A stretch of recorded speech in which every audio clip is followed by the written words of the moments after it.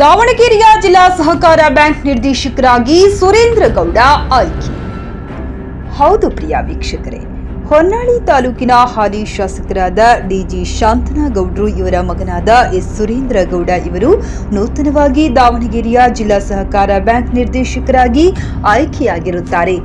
ಈ ಕುರಿತು ನಿರ್ದೇಶಕರಾಗಿ ಆಯ್ಕೆಯಾಗಿರುವ ವಿಷಯ ತಿಳಿಯುತ್ತಿದ್ದಂತೆ ಹೊನ್ನಾಳಿ ತಾಲೂಕಿನ ಲಿಂಗಾಪುರ ಗ್ರಾಮ ಪಂಚಾಯಿತಿ ವ್ಯಾಪ್ತಿಗೆ ಬರುವ ಅನಗವಾಡಿ ಗ್ರಾಮದ ಪ್ರಾಥಮಿಕ ಕೃಷಿ ಪತ್ತಿನ ಸಹಕಾರ ಸಂಘದ ಆಡಳಿತ ಮಂಡಳಿಯು ಸುರೇಂದ್ರ ಗೌಡರನ್ನು ಬರಮಾಡಿಕೊಂಡು ಆಗಮಿಸುತ್ತಿದ್ದಂತೆ ಪ್ರಭಾರಿ ಕಾರ್ಯನಿರ್ವಹಣಾಧಿಕಾರಿಯಾದ ರಾಜು ಇವರು ಸ್ವಾಗತ ಕಾರ್ಯಕ್ರಮವನ್ನು ನೆರವೇರಿಸಿಕೊಟ್ಟರು.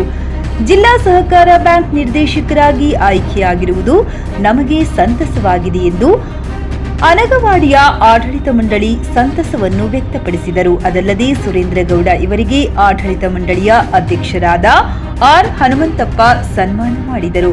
ಹೊನ್ನಾಳಿ ತಾಲೂಕು ಕೃಷಿ ಪತ್ತಿನ ಸಹಕಾರ ಸಂಘದ ಸಾಸ್ವೆಹಳ್ಳಿಯ 2ನೇ ವಲಯ ಮೇಲ್ವಿಚಾರಕರಾದ ವಿಜಯಕುಮಾರ್ ಎಸ್ ಇವರಿಗೆ ಆಡಳಿತ ಮಂಡಳಿಯ ಉಪಾಧ್ಯಕ್ಷರಾದ ಸಿಎಚ್ ಮಹೇಶ್ವರಪ್ಪ ಹಾಗೂ ನಿರ್ದೇಶಕರು ಸೇರಿ ಸನ್ಮಾನ ಮಾಡಿದರು.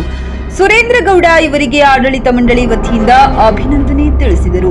ಹೆಚ್ಚುವರಿ ಸಾಲ ಸೌಲಭ್ಯ ನೀಡುವಂತೆ ಮತ್ತು ಇತರೆ ಕುಂದುಕೊರತೆಗಳ ಬಗ್ಗೆ ಮನವಿ ಮಾಡಿಕೊಂಡರು.